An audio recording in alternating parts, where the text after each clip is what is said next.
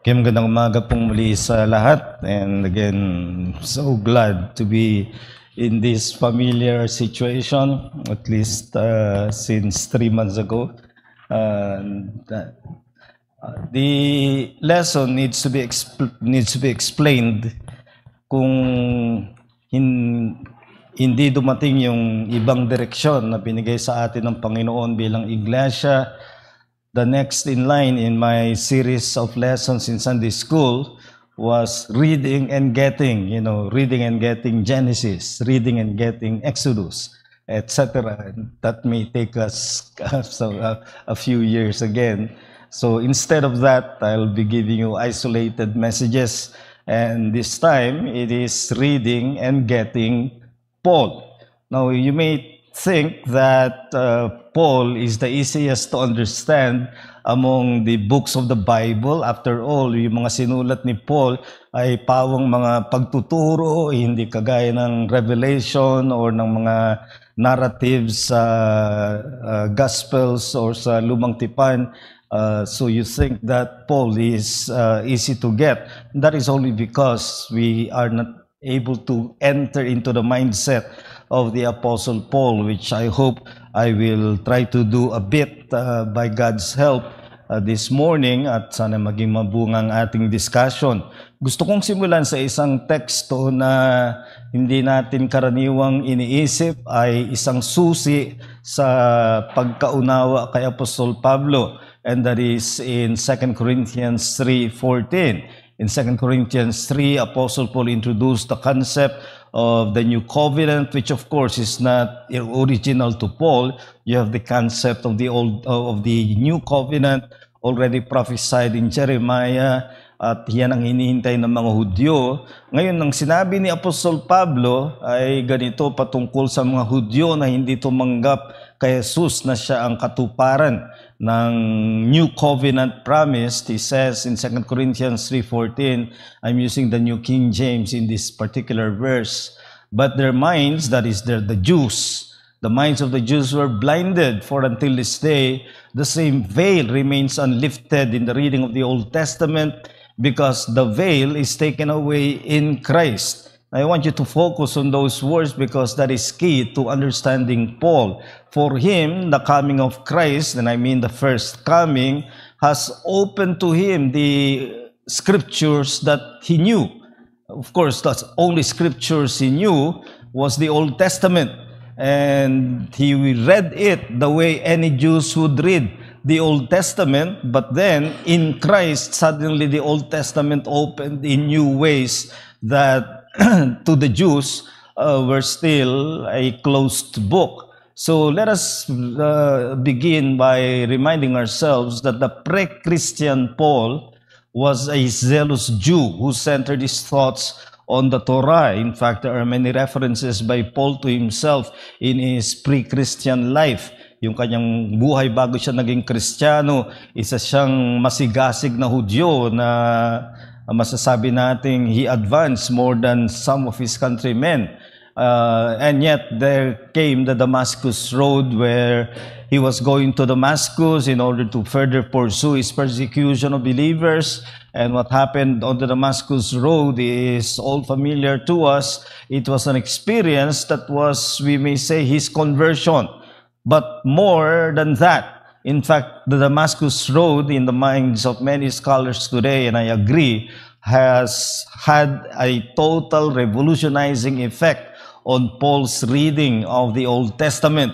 It was a radical revolution of understanding the Old Testament that once centered on the Torah means the law, now it shifted the center. Kung bagay, parang when you form a circle, you have a central point that defines all the points of the circumference. Ito, nagbago yung central point, kaya nagbago rin yung buong circle of his reading of the Old Testament, and we can say that that central thought now is Christ's coming that has brought the age of fulfillment of the Old Testament hope and expectation. Now, that's quite a mouthful to say, pero sa pangungusap na yan ay ang sentro ng pagkaunawa natin kung ano mang binabasa natin kay Apostle Paul. And remember, Paul wrote 13 letters in all in the New Testament. I don't consider Hebrews part of Paul's writings. So only 13. At masasabi natin siya may pinakamaraming isinulat sa Bagong Tipan, although in terms of volume of words, actually Luke still outnumber him. Pag pinagsama mo ang Luke and Acts, mas marami pa ring salita ang ginamit ni Lucas. But nonetheless, as far as a collective New Testament, the most number of writings were that of Paul. So, one key na mabubuksan para sa atin pag tayo nagbasa ng mga sulat ni Pablo is to think of the contrasts. Dahil nga dun sa pagbabago niya, yung Old Testament, nakita niya ang katuparan ay sa pagdating ni Jesucristo sa Bagong Tipan, nagkaroon ng mga contrasts, and understanding these contrasts is an important key to understanding the Apostle Paul. In fact, I would say when I learned this many years ago, my reading of the Apostle Paul also quite changed. Sana gawin ito sa atin. One important contrast is the contrast of the two ages, this age and the age to come. That's how Jews thought. The Jews thought that they were living in this age, but they were waiting for the age to come. So this age for them is the age of sin, suffering, defeat by enemies. Kaya marami tayong paghihirap dahil sa kasalanan. Nahulog si Adam sa kanyang kinalalagyan at ngayon tayo ay mga makasalanan. Yan ang nagpapaliwanag bakit nabihag ang Israel at marami pang mga pinagdaanan ng Israel. So they were understanding that, well, let us endure because we are in this age. But someday, the age to come is going to arrive, and the age to come is going to be the age of salvation, restoration, victory. So, ganyan mag-isip ang bawat Hudyo in the Old Testament, in fact, in the continuing Judaism, after even the time of the Lord Jesus, even until now, those who are Orthodox Jews think this way. There is now this age, and the age to come is going to arrive. And the way they are divided was very neatly understood in terms of this age and the age to come. And the dividing line is the coming of the Messiah. So when the Messiah comes, this age terminates and the age to come begins. So that's pretty much Jewish. That's pretty much Old Testament, and especially sa intertestamental literature, which of course we do not use as Bible or Scripture, ay maliwanag yung ganyang paghahati nila. Nasa panahong ito ng kasalanan, ng mga paghihirap, pero maghintay tayo sa Mesiyas. Pag dumating ang Mesiyas, darating ang panahong hinaharap at magbabago na ang lahat. Now, pagdating sa New Testament, this is what happened. We are in this age, but then Christ came, Jesus came, and Christians came to believe in Him to be the Messiah. He is the Christ. That's the very name Christ is simply Greek of Messiah. And so, what do you do with this age? Supposedly, when the Messiah comes, this age is going to terminate and the age to come is going to begin. Anong nangyari? Walang nangyari, nagbago ang kanilang pananaw. And that is to believe that the age to come has broken in to this age. So instead of a neat division, this age still continues, but the age to come has broken in. So this age still continues, but the age to come has broken into this age. And what does that mean? It means there will be the conflict of the ages, because the forces of this age are still in place: sin, suffering, evil, all those. And now the age to come, where you have to have salvation, restoration, victory, yet those forces are now also in place. And when you have those two ages meeting, what do you have is conflict.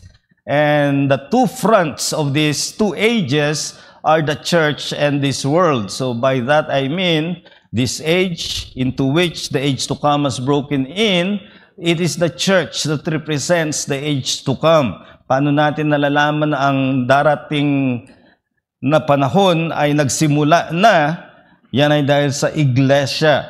Ang iglesia ang tinatawag na bagong sangkatauhan, the new humanity. And therefore, through the church, the age to come is challenging this age. How so? Paano natin nakikita ang panahong darating na nagsimula na ay humahamon sa panahong ito sa dalawang kaparaanan? First is through the righteous life of believers, yung matuwid na pamumuhay ng mga mananampalataya. Sinasabi nila sa mundong ito o sa panahong ito na may ibang uri ng pamumuhay dahil sa Jesus ay Panginoon na, namumuhay kami ng iba sa mga nakabilang pa lang sa panahong ito. But not only that, also through proclamation. Bakit tayo nangangaral ay upang sabihin sa mga tao, narito na ang Mesiyas, si Jesus ay dumating na, siya ay naghahari na, at hinihingi ang pagkilala ng lahat ng makasalanan. And what you have is that the age to come is now challenging this age through the church. However, of course, looking at it from a different perspective, hindi naman basta hinahamon lang ng age to come ang this age. With the age to come breaking in, the church represents the age to come. But now, another way of looking at it is that this age is tempting the age to come. So nakita natin kanina that the age to come is challenging this age through righteous life and proclamation. Kabaligtaran ang ginagawa ng age to come. Ang mga pwersa ng this age in the devil and the wicked, ang ginagawa naman nila ay a worldly life, the opposite of a righteous life, and by way of compromised message. You see, if a church compromises its message, it ceases to be the voice of the age to come. It becomes an echo of this age. Unfortunately, that is what many churches have become. Naging tinig na lang sila ng panahong ito. They are the voice of this age, although it is a voice that is quoting scriptures to make it sound like the church, but its message is still the message of the world. So yan ay maaaring prosperity, self-esteem, or other themes you hear in the world, and all they do is spice them with scriptures to sound like a church, but in actuality, they are the voice of this age. So through worldly life and compromised message, the age to come is now tempted by this age to conform the church. Gusto niyang ang iglesia na dapat ay kinatawan ng panahong darating na nagsimula na, gusto niyang ang iglesia ay kumatig at hubugin ng panahong ito. So what you have therefore is this age and the age to come in conflict, but one thing that we can say is that Christ already defeated this age. Ginapina ni Jesus ang panahong ito, bagamat malakas pa ang pwersa, hindi natapos, hindi nagwakas ang panahong ito, nagpapatuloy pa, pero ginapi na ni Jesucristo. And the age to come will overcome this age. When will that be? When will it finally terminate is in the return of Christ. When Christ returns, you have the consummation, yung kahustuhan ng lahat ng mga bagay. But at the moment, we do not have yet the return of Christ. So what you have is the age to come, challenging this age, while this age is tempting the age to come, and that is felt by believers, and we are waiting for the consummation. So, kaya nga, madalas kong sabihin, habang wala pa ang consummation, meron tayong konsumisyon sa kasalanan, sa mga paghihirap, pero guaranteed na yung victory na yon. So the age to come will be consummated at Christ's return, and this age will be judged. So we are looking not at a contingent victory, but a guaranteed victory. May mga nagsasabi, magtatagumpay si Jesus kapag ganito ang iglesia, magtatagumpay si Jesus kapag ginawa ito. Tagumpay na si Jesus, pero may bunga yan para sa mga iglesyang kumakatawan sa ating Panginoong Jesucristo. But looking at this practically, what that means is the present spiritual conflict reflects the tension of the two ages. Why are we experiencing the conflict as Christians? Why do we still struggle with sin? There are people who explain this quite in a wrong direction. This is not the so-called two natures of believers. May nagsasabing ang believer ay may holy nature, may sinful nature. Hindi totoo yun. Only Jesus has two natures, divine and human. One person, the Christian, only has one human nature.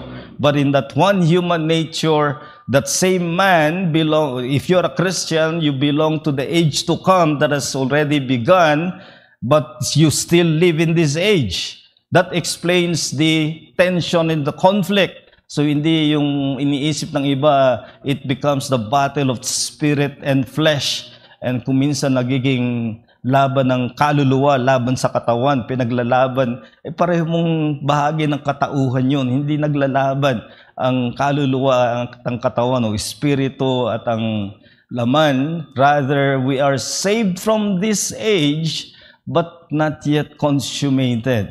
Yan ang explanation ni Apostol Pablo. He says in Galatians 1:4, He gave Himself for our sins, take note, to deliver us from this present evil age, according to the will of our God and Father. So that's the status of every believer.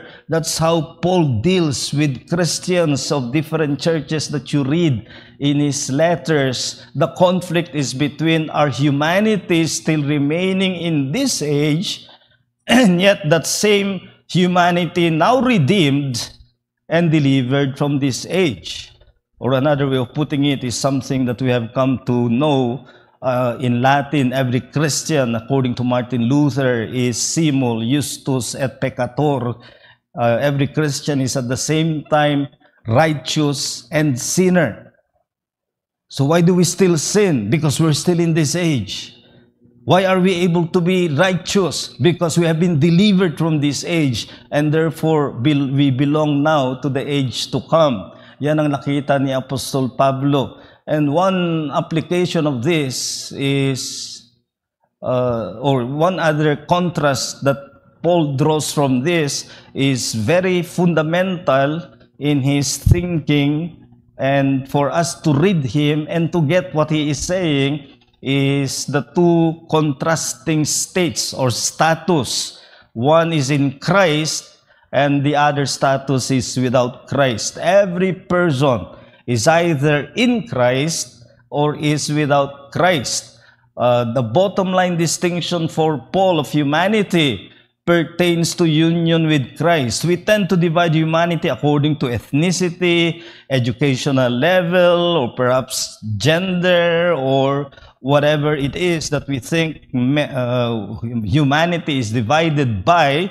For Paul, the bottom line division or distinction is whether you are in Christ or out of Christ. When he was introducing himself, he introduces himself as one in Christ in 2 Corinthians 12 and verse 2. All commentators I know, although Paul uses here the third person, all commentators I know believe that he is referring to himself. Dahil nagyayabang sa kanilang mga visions, ang mga super apostles na kalaban niya sa Korinto, nagsabi siya ng kanyang sariling karanasan, and yet the way he used this experience, so the way he refers to this experience is in the third person, and he says, I know a man in Christ. So here is Paul making a self-introduction, And the only way he could think of himself at the bottom line is he is a man in Christ. Now, he could have used others, as in fact he does when he was trying to contrast himself with Judaizers. But when it comes to the bottom line, Paul goes to the real contrast. I know a man in Christ. And he was caught up in the third heaven. Sinabi niya roon, just by way of digression, na he saw things that I'm not able to utter. May mga tao ngayong nagmamalaking nakarating sila sa langit at bumaba uli, tapos ang dadaldal. Yung ng ibang-iba kay Pablo, sinabi niya, talagang dinala ako ng Panginoon sa third heaven at hindi ko masabi, mahirap ilagay sa human language yung nakita niya doon. Kaya huwag kayong maniwala pag may nagsabing nakarating siya sa langit. May narinig pa ako nakarating daw siya sa impyerno.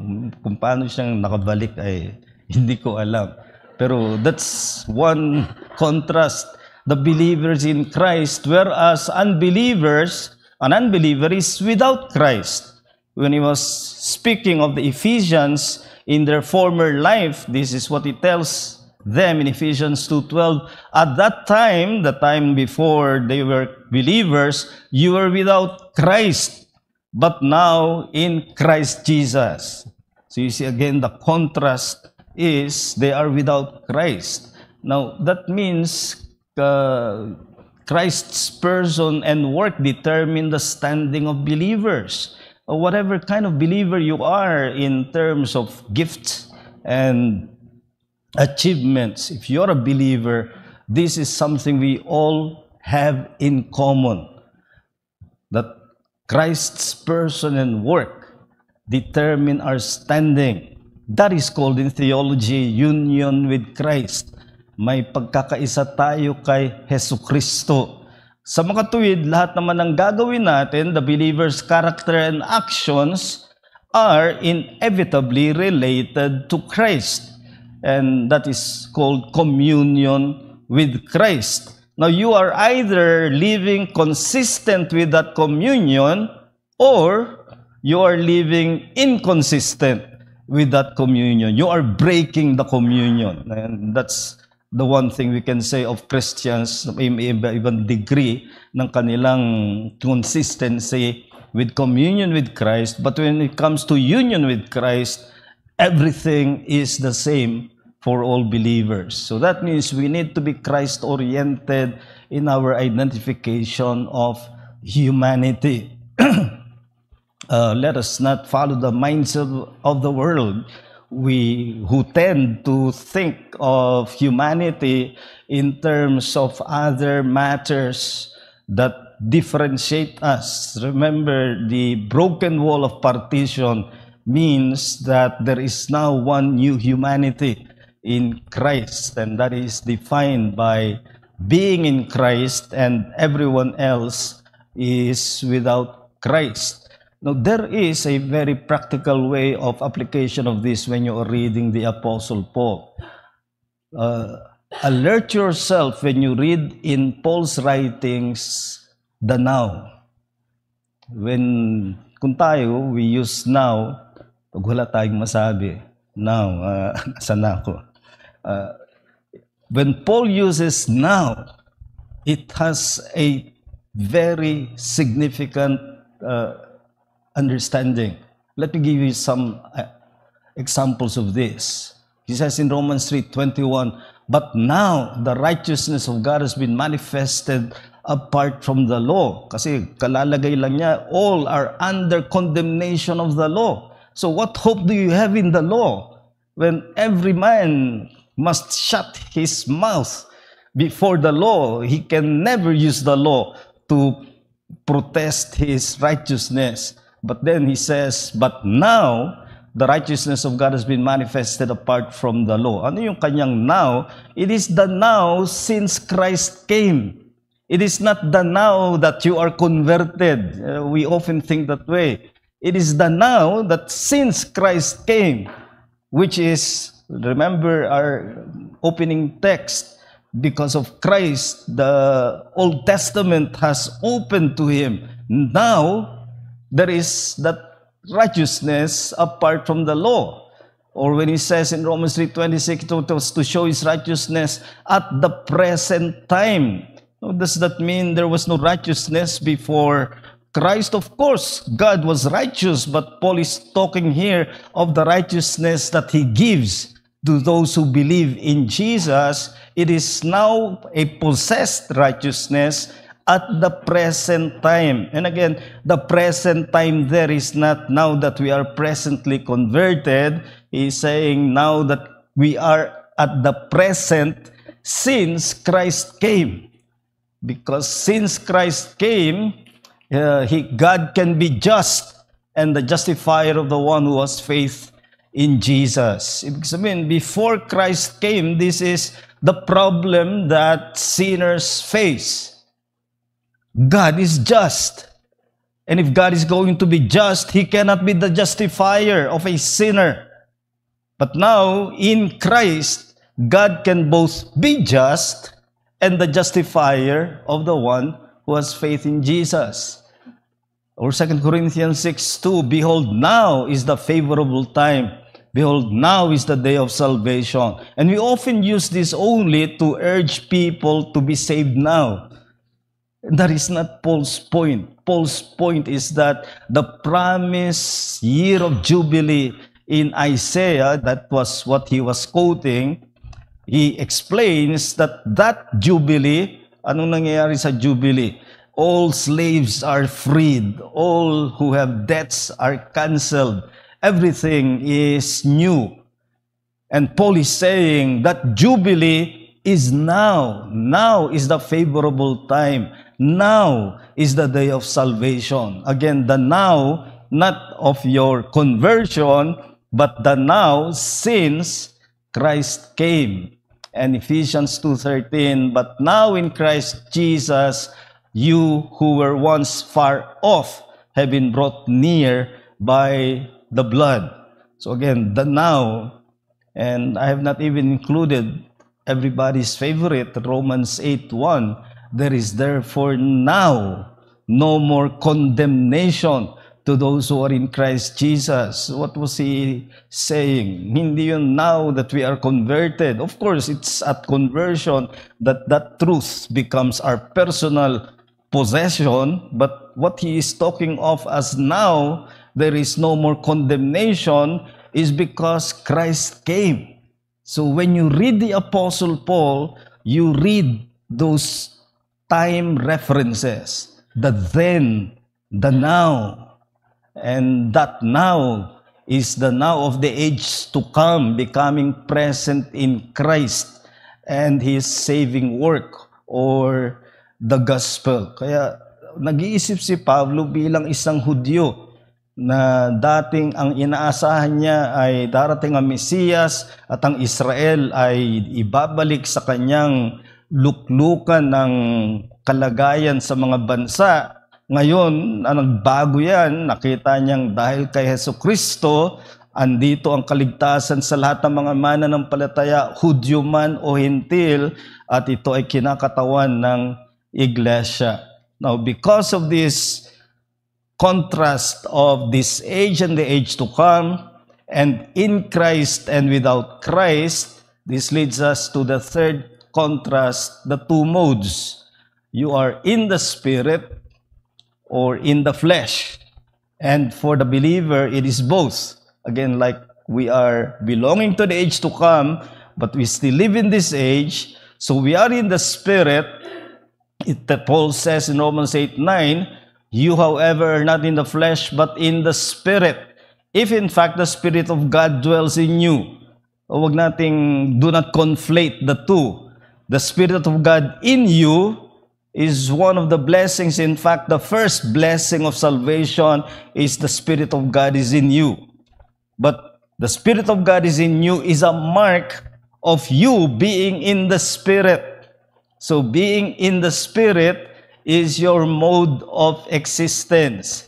Hindi ito tumutukoy sa, again, the idea of many human spirit versus human body. Hindi yan, you are in the Spirit, therefore you are anti-body. Flesh is used by Paul in similar contexts to refer to the whole man. Man under sin, man against Christ.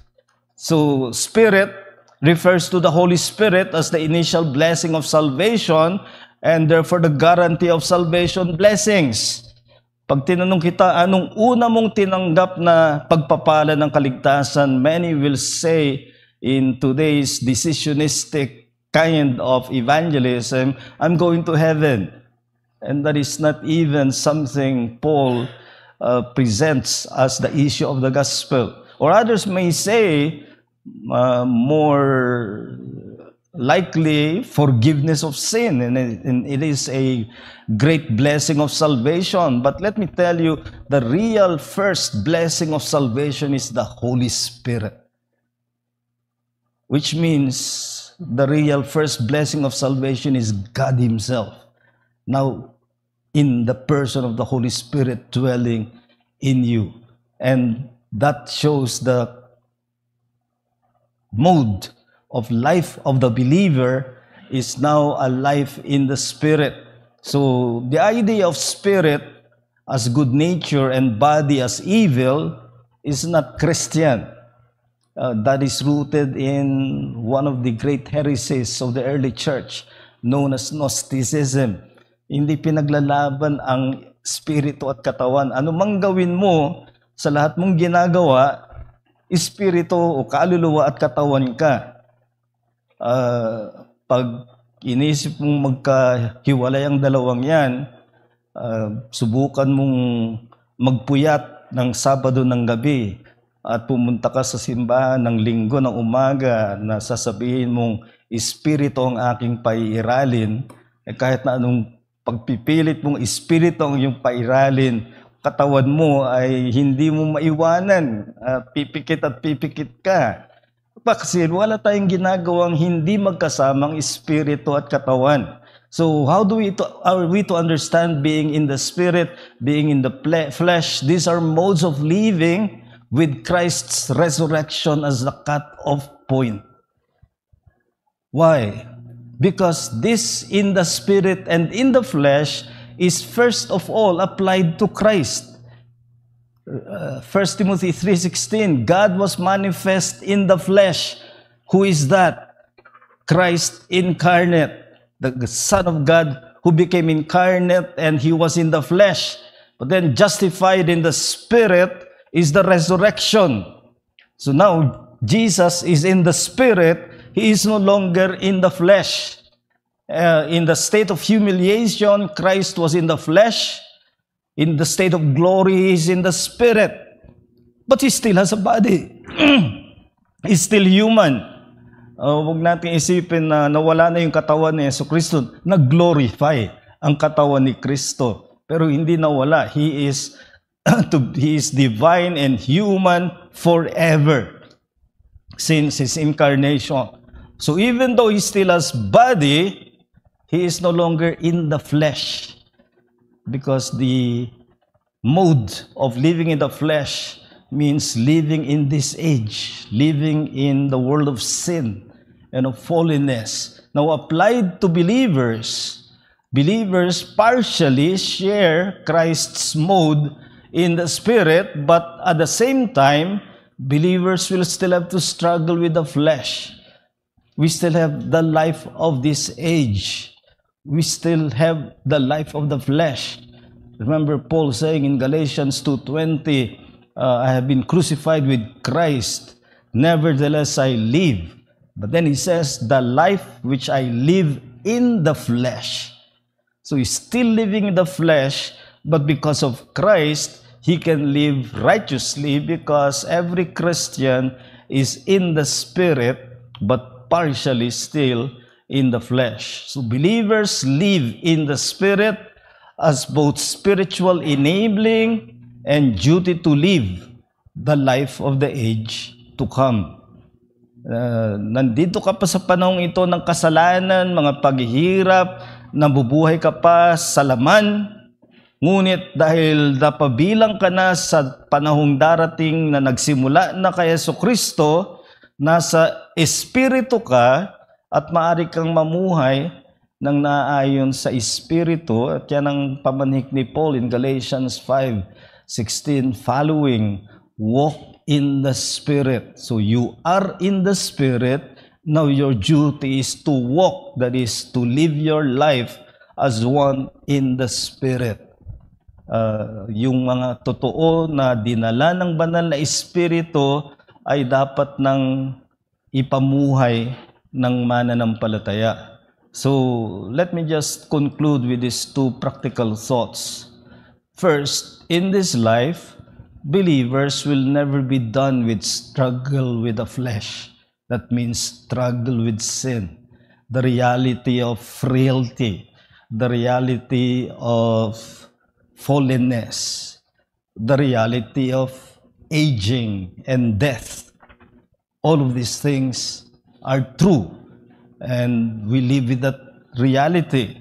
And when you read the Apostle Paul, that will open many writings of the Apostle Paul as he addresses believers, on the one hand, rebuking them of their sins, because this ang kanyang pamanhik ay hindi na kayo dapat ganito dahil binago na kayo kay Jesucristo.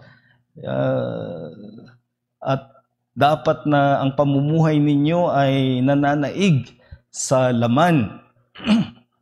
But even in this life, believers may live out the realities of the Spirit. And again, that will explain and open some of those encouragements of the Apostle Paul on how Christians should live. Now you see, if you only read one side, the victory of the believer, you will easily be vulnerable to many teachings today that are so overstated, where believers are described in terms of consistent victory over sin, as though he had no more struggle with sin.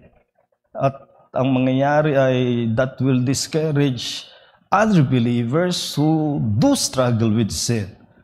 Believers who find perhaps some sins really hard to defeat. Kung puro sabihin mo victory in life and not realistic to the struggles of the believer, you'll not understand Paul. But on the other side, if you only talk of the believer still in the flesh, therefore sins are reality to him, and that's all you say, and you fail to hold up to his vision, what he ought to be, being in Christ, belonging now to the age to come, and now in the Spirit, you will leave Christians to complacency in their dealing with sin.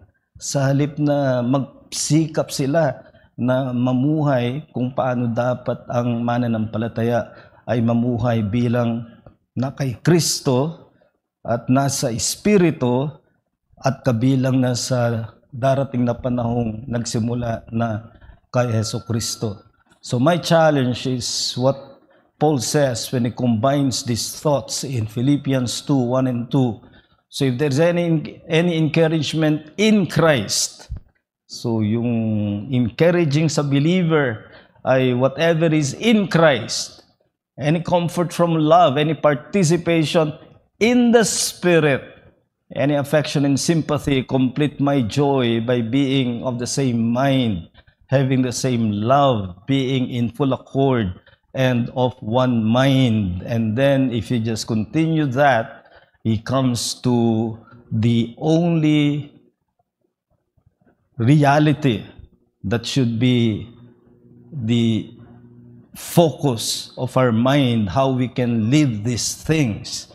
Paul says in verse 5 of this, let this mind be in you, which was also in Christ Jesus, that though he was equal with God, yet he did not hold on to it, but became of no reputation, became a servant, obedient to death, the death of the cross, and God has highly exalted him.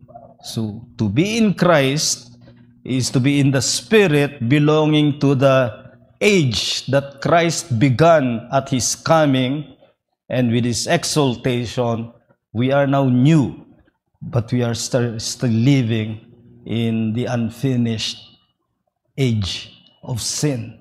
And therefore, my challenge is, being in Christ, live the life of the age to come in the Spirit.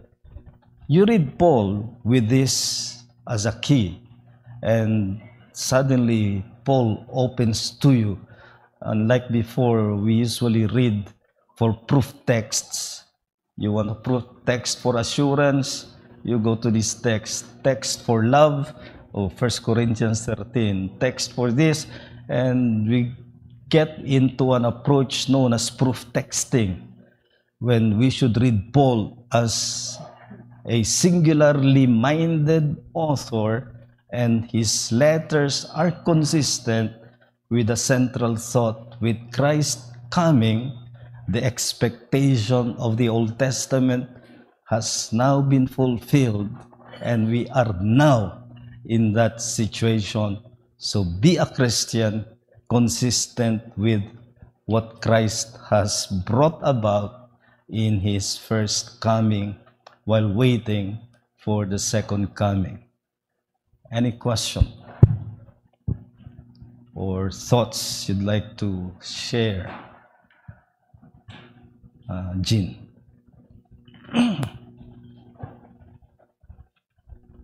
Pastor, thank you for the lesson. My question is on this age will be judged. What does that mean? I don't think it means it will be banished to hell, because those will be people. But when you say this age will be judged, what does it mean? It means it will no longer be there. What does that mean when this age will be judged? It means that what was expected by the Jews for this age to terminate when the Messiah has come, it did not happen that way. The Messiah came, but this age still continues, although the age to come has been inaugurated. But at the consummation, at the return of Christ, this age will really terminate. So it will no longer be an age of sin. This will be a world that is sinless, because all that is sinful, sabi sa Revelation 22, all are outside, out there, meaning they are away from the presence of the Lord. So ang final state ng believers, we always think only of going to heaven. When you think only of going to heaven, that's a death wish, and we don't want death wish. The final state and the blessed hope is the return of Christ, which will give us the inheritance of heaven and earth. Kaya yun ang ating final state, both heaven and earth, because we have both spirit and body. And this age of sin and fall and corruption will terminate, and they will be away from the presence of the Lord. Other questions, or maybe some things you read in Paul that's mystery to you?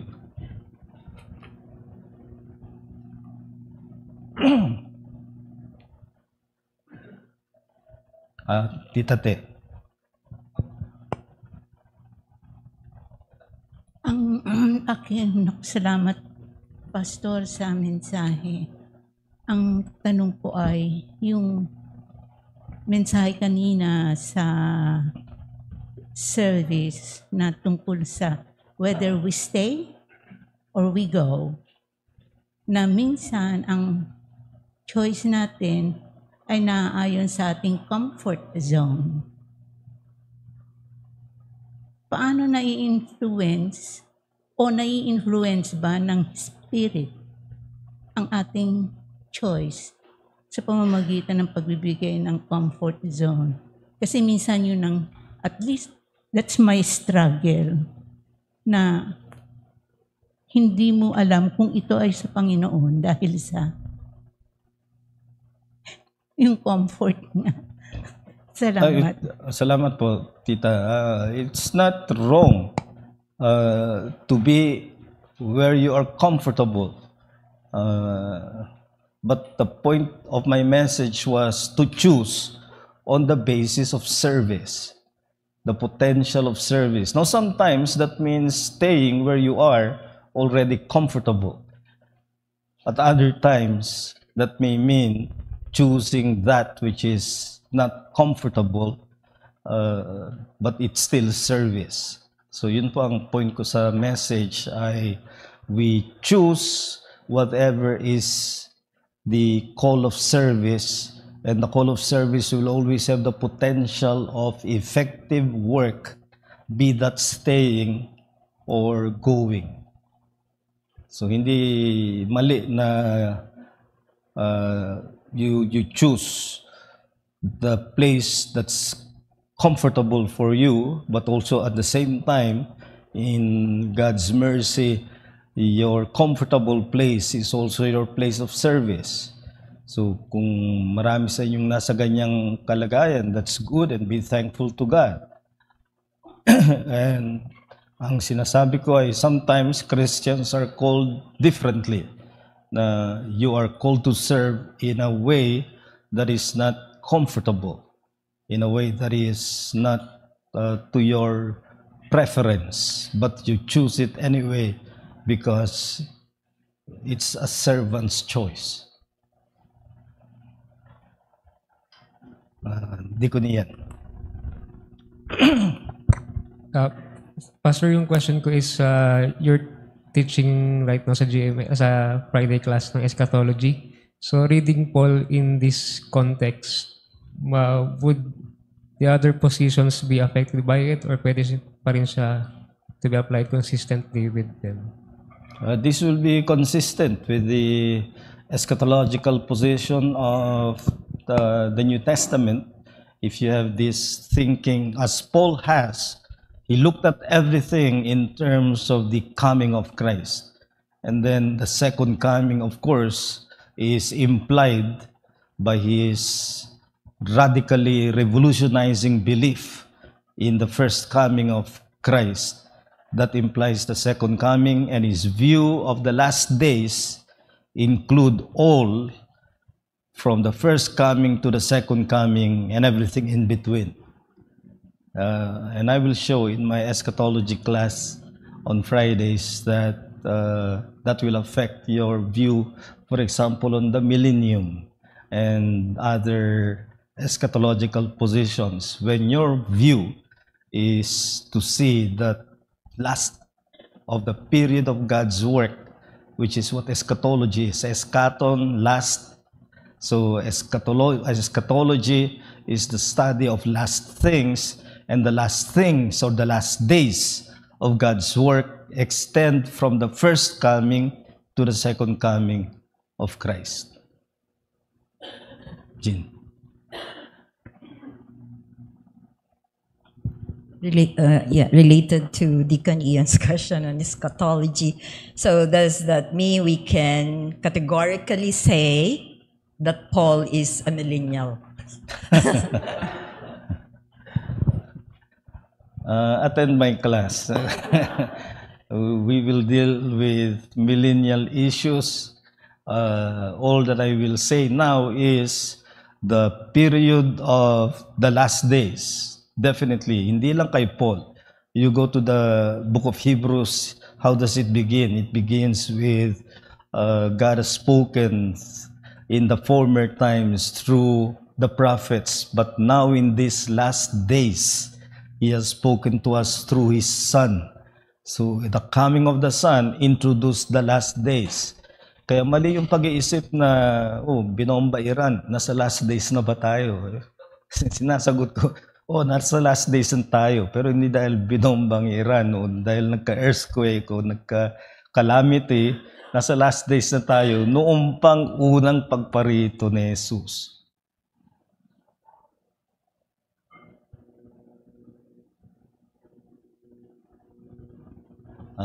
Pastor Ferdy. Pastor, patungkol dun lang sa sinabi ni Paul in Galatians 2 verse 20, I have been crucified with Christ. It is no longer I who live, but Christ who lives in me. Minsan nangyayari lang parang subjective yung nagiging basa doon. Parang pareho sa 2 Corinthians 5:17. If anyone is in Christ, he is a new creation. Parang gano'n. So, yun yung isang maganda na ako personally sa understanding ko sa letter ni Paul. Kasi doon nang galing sa ganong maling understanding. Samantalang, yun nga, yung sinabi doon, yung creation doon ay the same thing yung sinasabi nyo na now. We are now in new creation. So, yun lang. Observation lang, Pastor. Thank you. Yeah, it's in some common reading of the Apostle Paul, which is very much subjective and individualistic. Ibig sabihin, laging tinutukoy ang sarili. Halimbawa, ang sinabi niya sa Ephesians 2 and also Colossians 3, Ephesians 4 about the new man, ang tingin agad nila, ako yun, I'm the new man in Christ. Well, there's a certain sense that we are new in Christ. But when he speaks of the new man is Christ, because he is contrasted with the old man Adam. Ngayon, kung gagawin mong sarili mo, naligtas ka halimbawa ngayon, at sinabi sa iyo ng iyong discipler ay new man ka na, at pagising mo ng umaga, ganun ka pa rin, late ka pa rin magising, at walang nagbago, paano ka naging new man? Well, again, the misunderstanding is you apply it to yourself when it is objective, meaning someone outside of you is the new man, and because of him, you are new. Yun ang sa Galatians 2:20, the life which I now live in the flesh, I live by the faith of the Son of God who loved me and gave himself for me. Now, many will introduce the idea of sanctification sa verse na yan, how we live. Ang tinutukoy ni Pablo ay justification, how we stand before God. Because in verse 16, yung sinabi niyang, we know that by the works of the law, no flesh shall be justified. Then it continues on. Sa verse 21, right after verse 20, ay sinabi niya sa Galatians 2:21, I do not nullify the grace of God, for if justification were through the law, then Christ died for no purpose. So ang subject niya ay justification, which means how we stand before the law of God, not how we are living our lives. He will come to that in another chapter in Galatians, but in Galatians 2, it is about justification by faith. So, ito hindi lang mag-a-apply kay Paul, mag-a-apply ito sa buong Biblia. Whenever you read a text, watch the context. Because otherwise, you will have a statement that may be quite quotable, but not true to what the author is saying. And if there is anything that we should aspire after in our reading of scriptures is to get the sense of the author. Kaya nga, sana nga yung series sana na inihanda ko ay reading and getting the author. That's the point of reading scriptures. Jean. Pastor, the challenge that the challenge that you said, being in Christ, live the life of the age to come in the Spirit, both has its objective and subjective dimension. You're justified and you belong to the age to come, but you have to live. I mean, there's place for sanctification which is the subjective aspect of the challenge. Yes, but the objective is you are in Christ and you are in the Spirit. And being in Christ and being in the Spirit, that's objective. Meaning, hindi yan nakabatay sa pakiramdam mo o sa kalagayan mo. Kung ikaw ay mananampalataya, kalakip ka na ni Kristo, you are already in union with Christ, you are already in the mode of in the Spirit. Now, what Paul is saying is subjectively, so this time about your personal life, make your personal living such that it demonstrates what it is to be in Christ and to be in the Spirit. So he speaks of love, of fellowship, of humility. So those are subjective experiences built upon the objective reality of being in Christ and in the Spirit.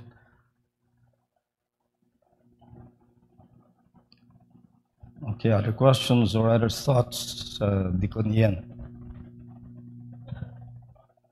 Yeah, Pastor, in practical sense, for a Christian who struggles with sin, bakit parang, and you say na we've been given the Spirit of God, pero it feels like kumaga parang there are parang all throughout the life of faith, andun yung talagang battle with sin, and most of the time there's a feeling of being defeated of it. So, ano Pastor ang magandang how are we to really realize that thought na we have been given the Spirit of God?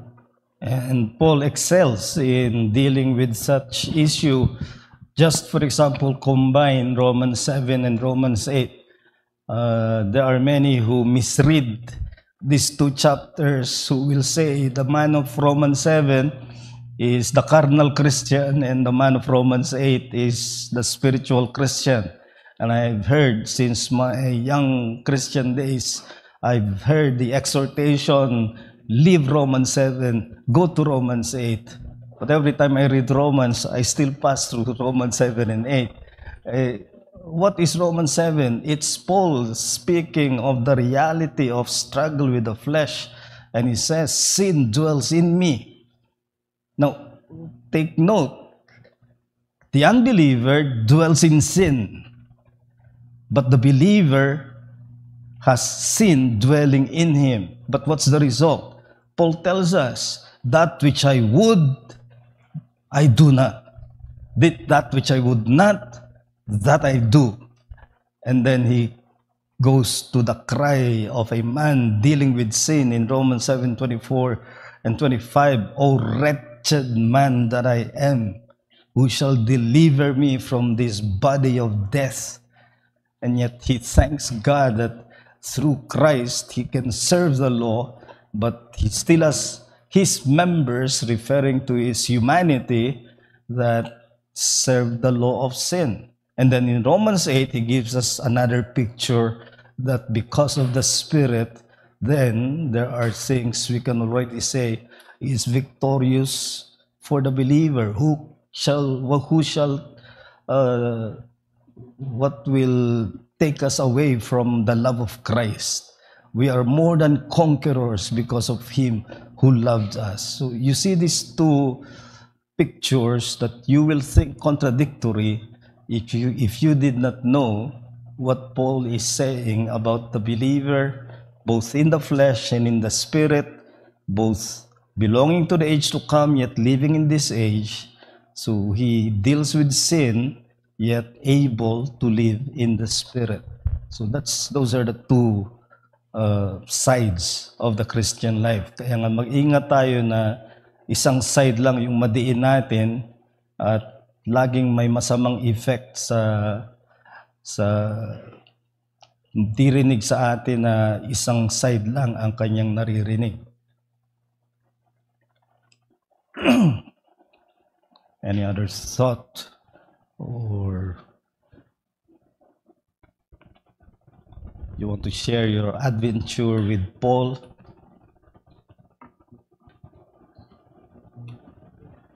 Ian.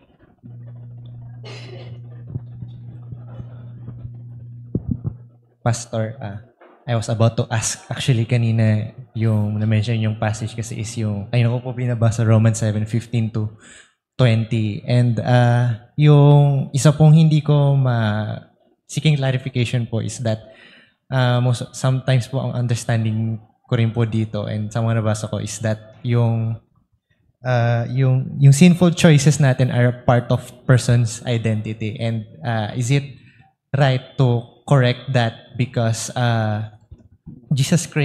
according to Matthew, Jesus already came to fulfill the law. Yun lang po. You mean sin is part of our identity? Yes, simul justus et peccator. Yung nagsasabi ng two natures, ang sasabihin niya, when you sin, it's your sinful nature doing that. And if you do righteousness, it's your righteous nature doing that.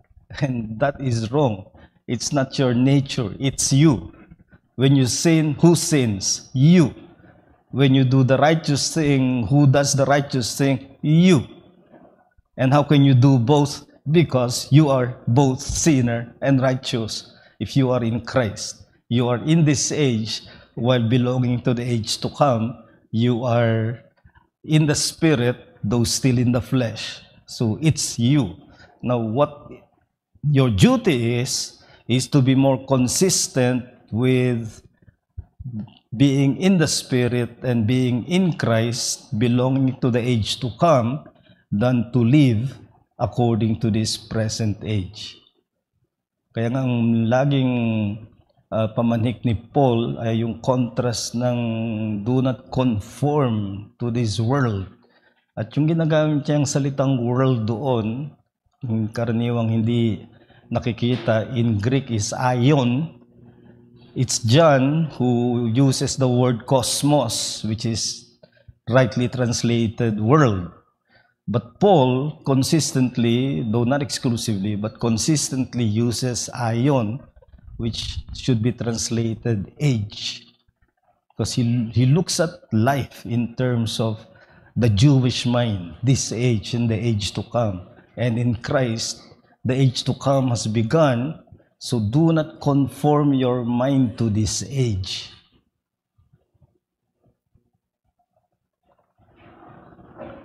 Other questions? Jean? I was reminded yung another question ko while you were doing the lecture is the Greek for now. Yung now na yun is because it's in English, so we got confused to it. But if it's in Greek, like the Greek speaking, they would not have that confusion of what now means. Well, actually, even the Greeks today would speak the way we would. Yung now, parang tawag natin ay dead wood. It makes no function except like a transition. But in the now of the Apostle Paul, the noon, hindi noon tanghali, N-U-N, the now is the now of since Christ came. We are now in the period na inabutan tayo na dumating na si Kristo. And again, read Paul. And this was so liberating to me in reading Paul, is to understand him in terms of that coming to reality of what the Jewish expectation has of the Messiah coming. For Paul, the Messiah has come. In Jesus, everything has changed.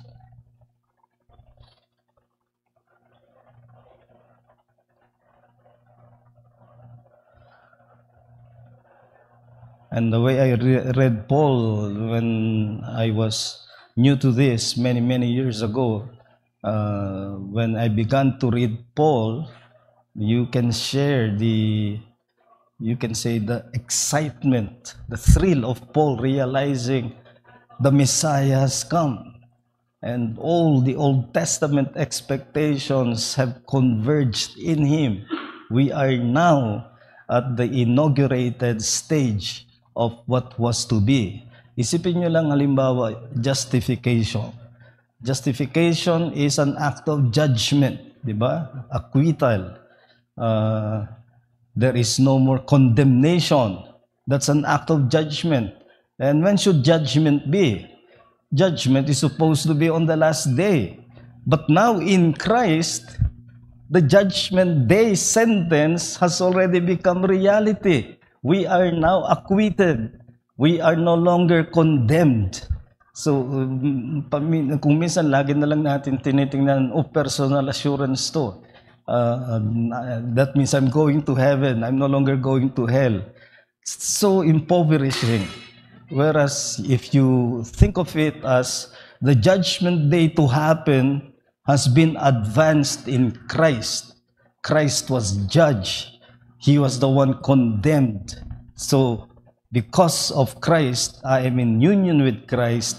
The judgment of condemnation has been advanced on Christ. There is no more condemnation for me. And that makes you appreciate that Christ has come and brought to fulfillment all the Old Testament expectation.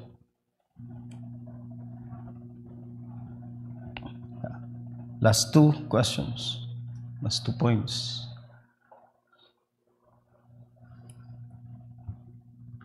Baka may nagde-devotion sa inyo kay Paul. I hope this will help.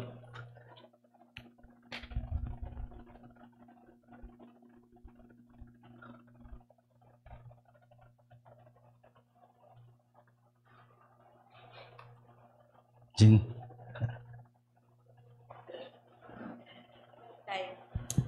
Pastor, while waiting for others. During Paul's time, did they get him? Did they? Did they get Paul?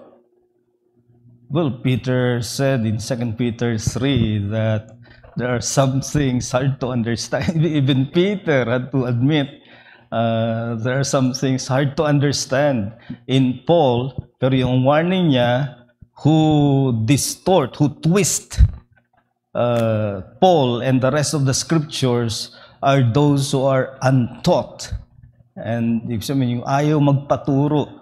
Akala nila ay kayang-kaya nila sa kanilang sarili at ang nagiging result ay they twist. The word twist used by Peter is actually an implement of torture used in the Roman times.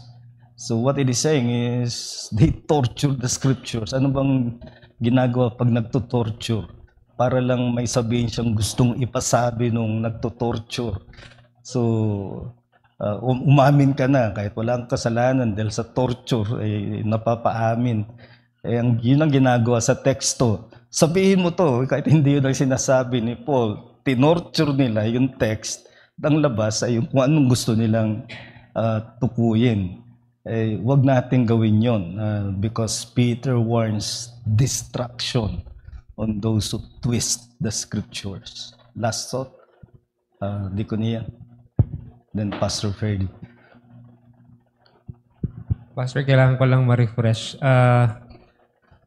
Yung mention ni Paul that I'm a new man in Christ, sometimes kasi before, when I was a young Christian, parang binago ka na ng Panginoon, so hindi ka na dapat nagkakasala pa. But the conversion experience is more on parang dead, bringing back a dead man to life, na nagkakaroon siya ng awakening in his mind, realizing his condition and clinging to the Savior. But still, as you mentioned, tama Pastor, that still living in sinful nature. So in what sense is Paul saying that we are new man in Christ, Pastor? Well, as I've said, the new man ay not us primarily, but Christ. Christ is the new man, and because Christ is the new man, no longer Adam, we belong to Christ, the new man, and in that sense, we are made new. But not new in the sense that everything in your humanity is new. As I've said, kahit kung ma-convert ka, kinabukasan makikita mo yun pa rin ikaw. Pero anong ibig sabihin na nagbago? Nagbago ka. Nagbago dahil dumating na si Jesucristo, nandiyan ang bagong tao. At dahil nandiyan ang bagong tao na siyang pumalit sa lumang tao na si Adan, ay meron tayong pagbabago dahil kay Kristo. Ganon din sa new creation, 2 Corinthians 5:17, how often that is interpreted to mean we are now new creatures.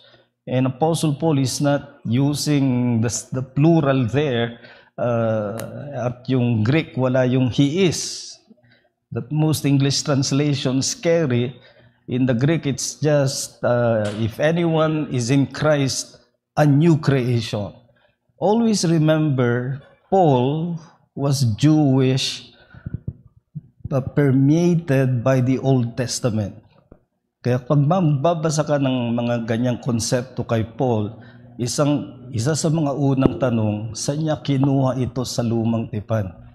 Kinuha niya yan sa Isaiah 65, when the Messiah comes, there will be the new heaven and the new earth. So a new creation, that's how creation is described in the Old Testament. Now he uses that and says, with Christ, we now belong to the new creation. Not so much that we are new creatures, but that we belong to the new creation of Christ's inauguration.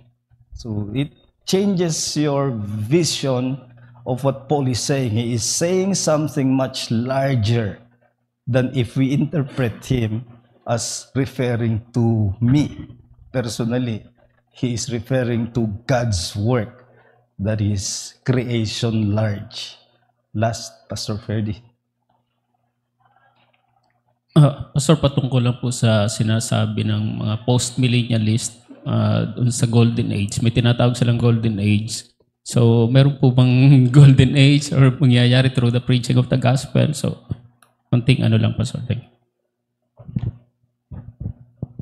There will be the gospel advancing to all the nations. Now, post-millennialists have carried this to the extreme in saying that all nations will become Christian, whether that means every individual or collective as a nation, all nations will become Christian. I do not go to that stretch. I simply say that the gospel will reach every nation, and by nation, it does not mean nation states. It means every people group. So, halimbawa, in the nation, we may think of the Philippines, and that's not nation. Ethne is every ethnic identity. So, to the Ilocanos, the Tagalogs, the Visayans, and you will find in Revelation 7 that everyone is represented before the throne of God, singing a new song of redemption. And it says from every tongue and tribe and nation.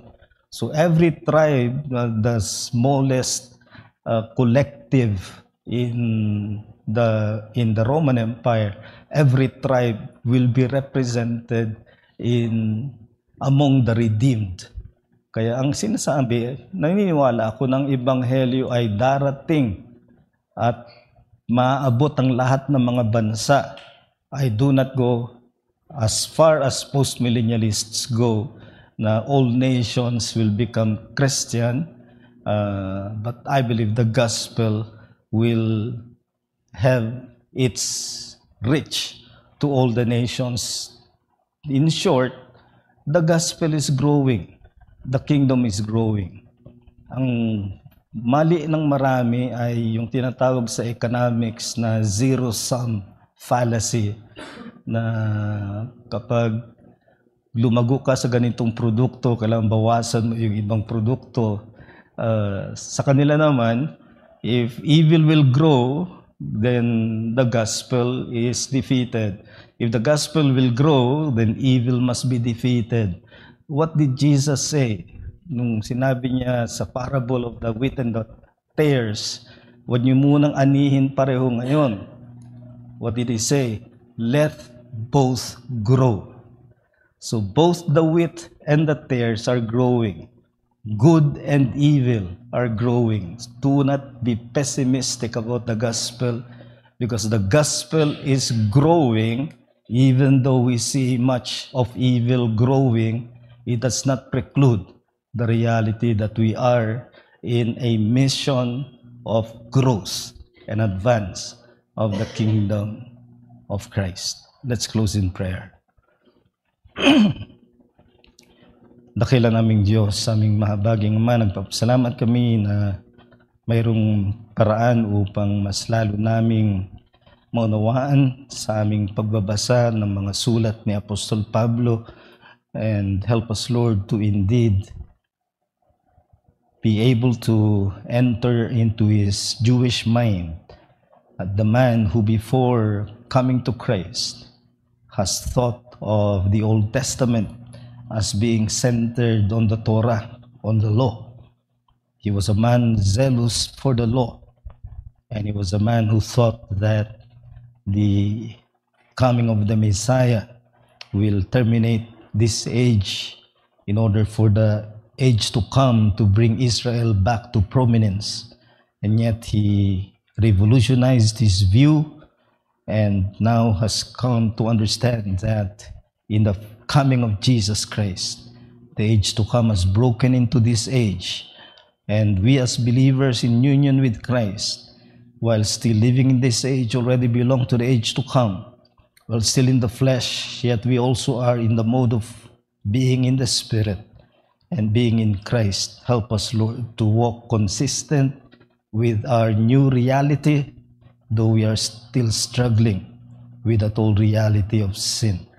Help us, Lord, to appreciate, be able to go to the depths of what Paul writes so much with thrill and appreciation, that in Christ, the expectations of the Old Testament have come to reality. And may we live that reality even in our day-to-day lives as believers in Christ. We give you back the glory as we pray all these things in the name of our Lord and Savior, Jesus Christ. Amen.